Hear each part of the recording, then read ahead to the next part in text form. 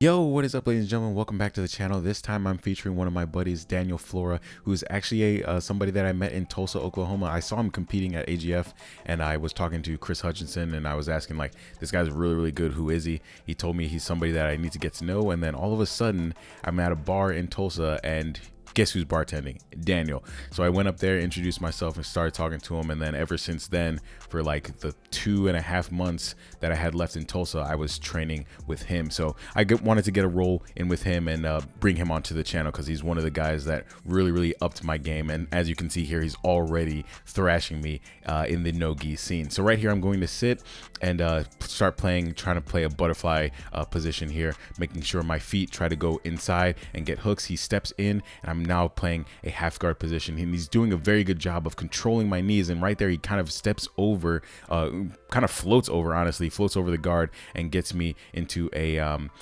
turtle position here where I need to defend the neck to stop the choke. And in doing so, he spins to the back. And this is a problem that I usually have with no-gi, where I spend too much time in the turtle position because I feel safe there instead of like trying to explode out and be scrambly.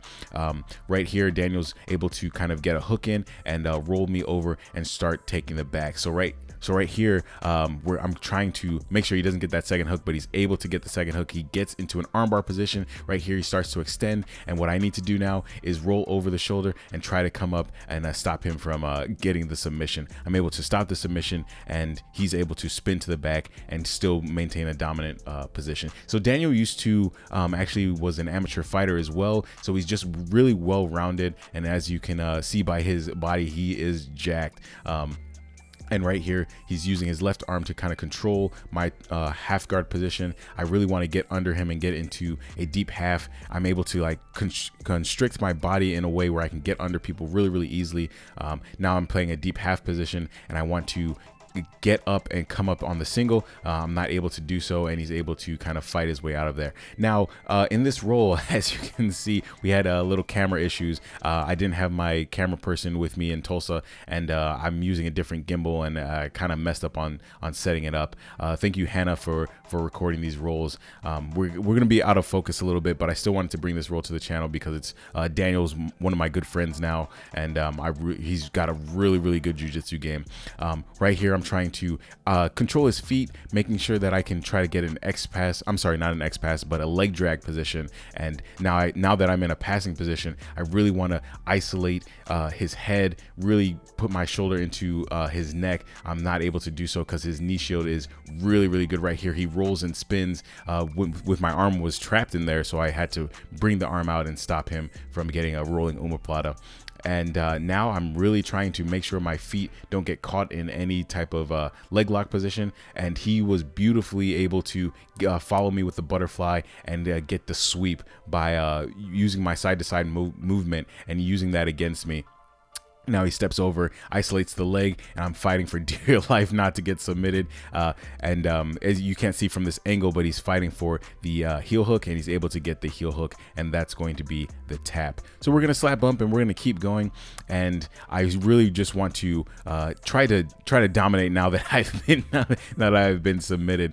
We're hand fighting on my right hand, his left hand, and now we're gonna be in focus, and I'm going to get into a combat stance position, and I really just want to try to use my speed to use side-to-side passing. But he scoops in into a butterfly position and uses that to beautifully get the sweep, butterfly sweep here. And now I'm going to play a butterfly position, and now that I can now that one leg is free, I'm going to try to get into a closed guard by pulling his left arm, by trying to jack it and bring it closer to me. And here he makes that 90-degree angle, so I'm able to get a Kimura grip. And what I really want to do is I don't think I'm going to finish the Kimura from here. I want to pull his arm out and try to, but if I can, I want to get into a butterfly position and get the sweep. So right here, I'm holding on to that Kimura, trying to pull his arm away from his body and try to finish it. I almost get it out here, but he's able to muscle back and get it, and that's going to be the end of the roll.